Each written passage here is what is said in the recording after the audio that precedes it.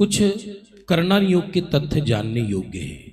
लोगों के मन में ये प्रश्न होता है, क्या अरहंत भगवान ध्यान करते हैं? तीर्थंकर केवली ध्यान करते हैं?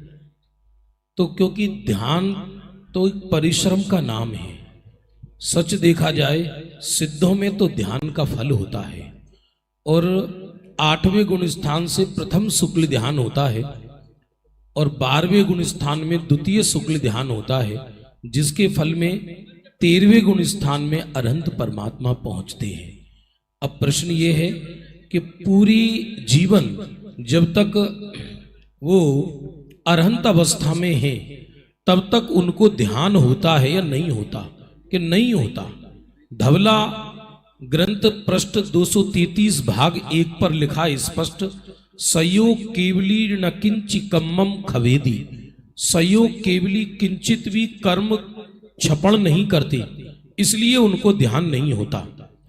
और जब मोक्ष जाने में अंतर मुहूर्त काल शेष रह जाता है, मोक्ष जाने में उस समय तीसरा माने जिससे 14वें गुण स्थान में आते हैं, 13वें गुण स्थान के अंत में उनको तीसरा शुक्ल ध्यान जिससे 14वें में आते हैं, और फिर अंत में आ ई उ रि लिरी जितना अक्षर बोलने में बिना रुके जितना ये बोलने में समय लगता है, उतनी देर में उनको चौथे शुक्ल ध्यान पूर्वक निर्वाण की प्राप्ति हो जाती है।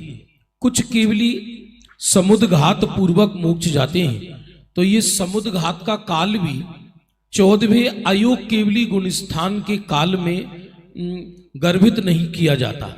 माने जब मोक्ष जाना होता है उससे 8 समय पहले समुद्घात केवली हो सकते हैं। इन समुद्घात केवलियों की संख्या भी ग्रंथों में निश्चित है। ऐसा नहीं है कि कोई भी समुद्घात केवली हो जाए। आश्चर्य तो ये है कि हम ये कहते हैं कि हे प्रभु हमारे मन में आ बसो।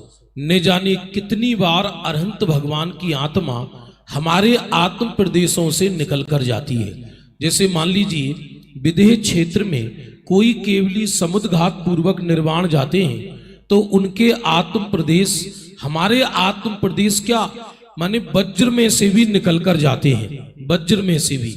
और वो 4 समय लोक पूर्ण होने में लगते हैं और 4 समय उनको समटने में लगते हैं। इसके बाद वो निर्वाण को प्राप्त होते हैं।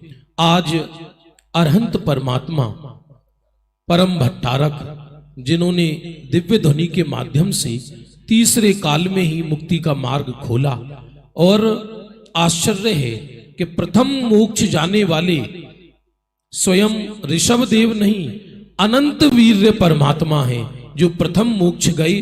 उनके 84 गणधर थे, वृषभ सेन आदि 84 गणधर थे।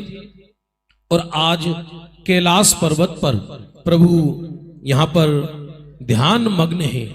बोला तो यही जाएगा, ध्यान मग्न है। बिहार थम गया है, दिव्य ध्वनि रुक गई है। आज रात्रि में भरत चक्रवर्ती ने 2 स्वप्न देखे। एक स्वप्न देखा कि सुमेरु पर्वत आकाश में उड़ गया है, और एक प्रज्वलित अग्नि देखी।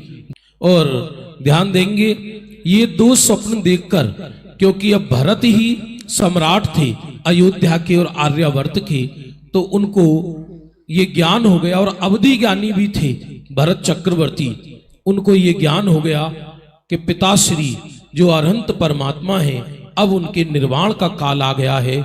तो कैलाश पर्वत पर पूरा आकाश देवों से पटा था और पूरी धरती राजाओं से पटी थी।